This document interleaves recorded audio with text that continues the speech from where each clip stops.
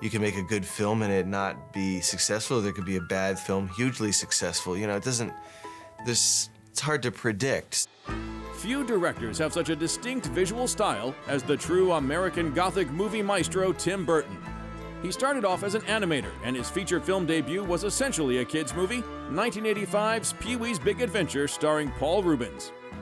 Being the first film was able to just try different things and just, in the context of one film, try their little genres, and so it felt like a perfect movie for the first movie for me. I felt very comfortable with the material, and the character was low budget, so the studio wasn't too, intense about it. So, yeah, I think for me it was probably one of the best first films I could have had. Burton has since created an ever-growing body of work full of trademarks that are instantly recognizable.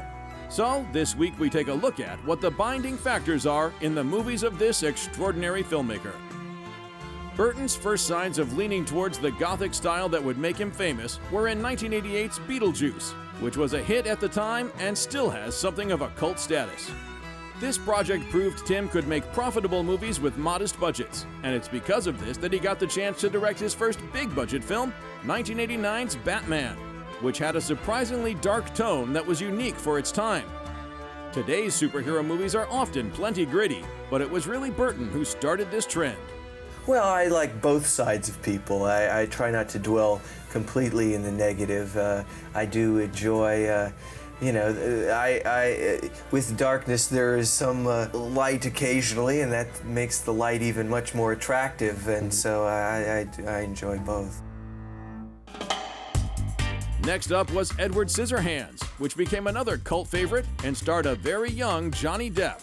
Just sort of like the classic fairy tale in kind of a heightened situation, kind of a heightened extreme suburbia.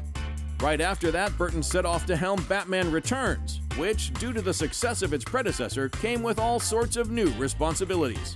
I remember, not on the first Batman, but on the second Batman, it's like, you're trying to make the movie, and they go, okay, but no, you got to meet with McDonald's and all this shit.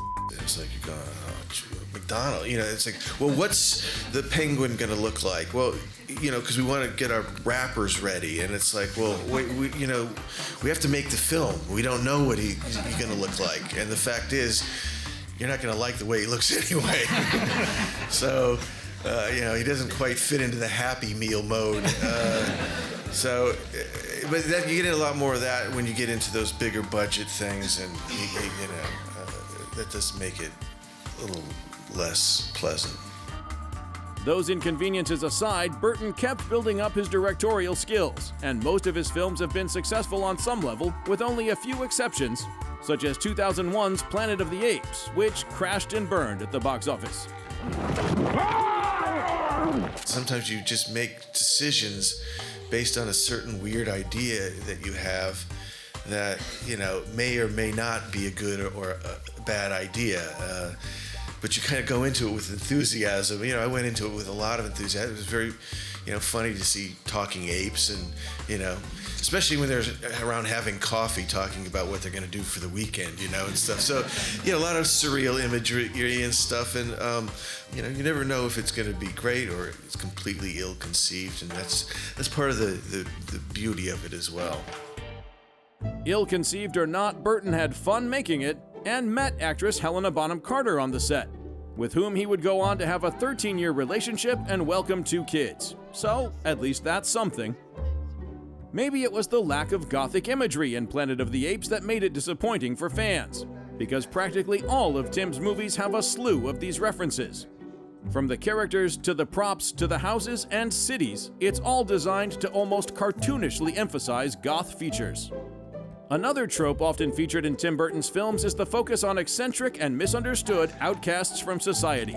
Whether it's Batman, an eccentric millionaire with a secret identity, the reclusive and mysterious candy maker in Charlie and the Chocolate Factory, or the entire Collins family in Dark Shadows, they all share at least some level of quirkiness. But don't think that makes Burton a one-trick pony, however. Each project has a different challenge, so you never get complacent, or you never, you think you learn something and then it doesn't apply to the next film. So, you try to learn things and experience does do something for you.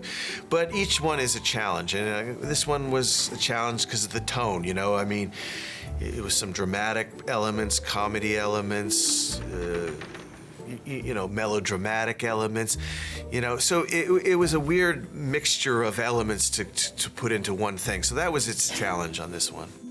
I need to peek here.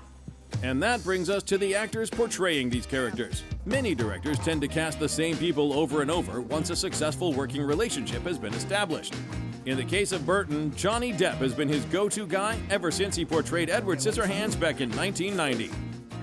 You know, he's really interested in trying to find the right tone, and not everybody can do that, you know? I mean, the mixture of sort of heightened reality and humor and drama, to try to mix that together is not everybody can do that. Well, for me, he's exactly the same guy that I met in that coffee shop in Hollywood that day, you know, 17 years ago, whatever it was. Exactly the same guy, just obviously carries, you know, more knowledge, more, you know, more deeper understanding of things around him in the world and stuff. And as for the female roles, Burton has seldom had to look any further than his ex-girlfriend, Helena Bonham Carter. Though Tim Burton has made many classics that are engraved into our collective consciousness, even he still doesn't know the secret to a successful movie. No, because I don't know how to. I think anybody that thinks it's dangerous ground to be thinking on. I mean, you hope for, you know, movies are expensive, even low-budget films, and so you hope that an investment, you know, gets their investment back, and I think that's all I really hope for. Well, hits or not, we're big fans of Burton's work and look forward to any new outing he comes up with.